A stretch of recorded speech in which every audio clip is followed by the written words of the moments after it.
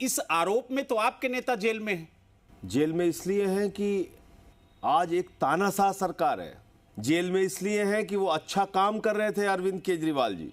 बिजली पे, पानी पे, शिक्षा पे, स्वास्थ्य पे, बुजुर्गों की तीर्थ यात्रा पे, माताओं बहनों को निःशुल्क बस की यात्रा देने पर काम कर रहे थे। और यही इनके आंख की किरकिरी है कि एक बेहतरीन सरकार दिल्ली में चलाकर केजरीवाल जी ने दिखाया। 3 बार प्रचंड बहुमत से जनता ने उनको जिताया। यहां हमसे वो चुनाव जीत नहीं सकते, इसलिए उनको जेल में डाला। हमारी पार्टी को खत्म करने के उद्देश्य से ईडी ने अपनी पूरी इन्वेस्टिगेशन के दौरान पिछले 2 साल में 162 गवाहों के बयान लिए। सीबीआई ने इस दौरान 294 गवाहों के बयान लिए।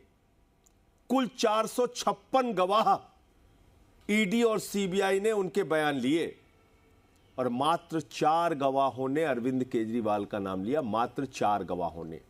अब वो 4 गवाहों ने अरविंद केजरीवाल का नाम जो लिया, उसकी हकीकत क्या है, ये आपके दर्शकों को और देश के लोगों को जानना जरूरी है कि कैसे एक ईमानदार मुख्यमंत्री के खिलाफ गहरी साजिश करके गिरफ्तार किया गया।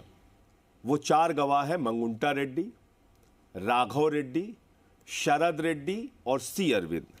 ये है मंगुंटा रेड्डी, प्रधानमंत्री जी के साथ, जिनकी तस्वीर आपको देखने को मिलेगी। और ये 2024 का चुनाव भी लड़ रहे हैं और प्रधानमंत्री की तस्वीर लगा के वोट भी मांग रहे हैं। ये है मंगुंटा रेड्डी। इनको ईडी ने और भाजपा ने कहा कि मंगुंटा रेड्डी शराब के घोटालेबाज हैं। 16 सितंबर 2022 को इनके घर पे छापा मारा गया।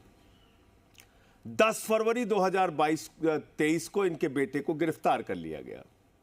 16 जुलाई तक बाप बेटे ने मिला के 10 स्टेटमेंट दिया। बलराम जी, 10 स्टेटमेंट। अंतिम 2 बयानों में 3 बयान पिता का, मंगुंटा रेड्डी का, 2 बयान में केजरीवाल का नाम नहीं, अंतिम बयान में केजरीवाल का नाम। 7 बयान बेटे का, राघव रेड्डी का, 6 बयान में केजरीवाल का नाम नहीं, 7वें बयान में केजरीवाल का नाम। और 16 जुलाई को बयान देते हैं, 18 जुलाई को राघव रेड्डी की जमानत हो जाती है। लेकिन संजय जी, आप कह रहे हैं कि गलत तरीके से अरविंद केजरीवाल को फंसाया गया, लेकिन ईडी तो कह रही है कि हमारे पास गवाह भी हैं, सबूत भी हैं। आपके पास क्या है? मैं गवाहों की हकीकत बता तो रहा हूं आपको। इन बातों को चेक कर लीजिएगा। मैं अगर झूठ बोल रहा हूं तो मैं तो आपसे कह रहा हूं, आपने 8 बयान छिपाए क्यों, आप मुझे बताइए। भाई, ईडी ने अगर कोई शराब घोटाले की जांच शुरू की केजरीवाल जी के खिलाफ, उसमें 10 बयान है, 2 बयान खिलाफ में लेकर उसके बेटे को जमानत दे दी जाती है और 8 बयान को छिपाया क्यों? लेकिन आप लोग तो ये कह रहे हैं कि भारतीय जनता पार्टी ने ये शराब घोटाला किया है। अब सवाल यह है कि सेक्शन 50 पीएमएलए क्या कहता है। भाजपाई वकीलों से भी पूछिएगा, वो भी आपको यही बताएंगे, गलत नहीं बता सकते। जब सेक्शन 50 पीएमएलए में किसी का बयान दर्ज होता है तो ईडी के अधिकारी कहते हैं, देखो भाई, सावधान रहना।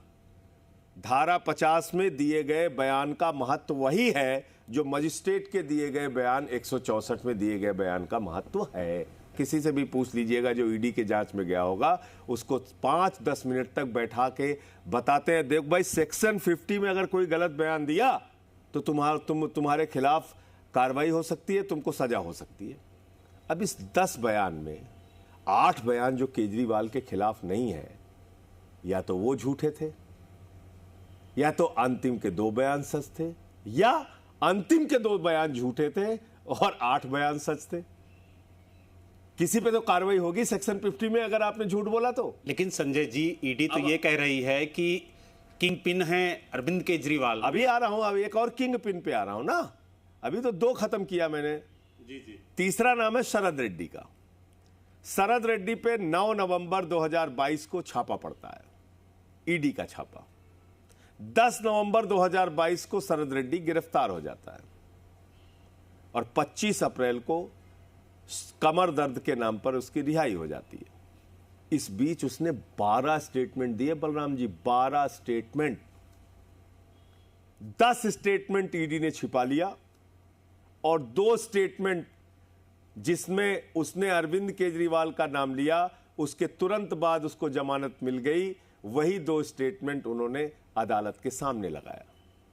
जब उसके 10 स्टेटमेंट को हमारे वकीलों ने पढ़ा, कोर्ट के आदेश के बाद पढ़ा, जांच मिलने के आदेश के बाद पढ़ा, तो वो हैरान हो गए। उन्होंने कहा इसमें तो केजरीवाल का नाम ही नहीं है, और उसको भी छिपा लिया।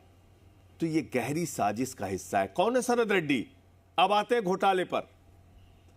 शरद रेड्डी वो शख्स है जो 10 नवंबर को गिरफ्तार होता है और 15 नवंबर को 5 करोड़ रुपए की रिश्वत की नजराना पेशगी भारतीय जनता पार्टी को पहुंचाता है, और अपनी गिरफ्तारी से लेकर रिहाई तक 55 करोड़ रुपए की रिश्वत भारतीय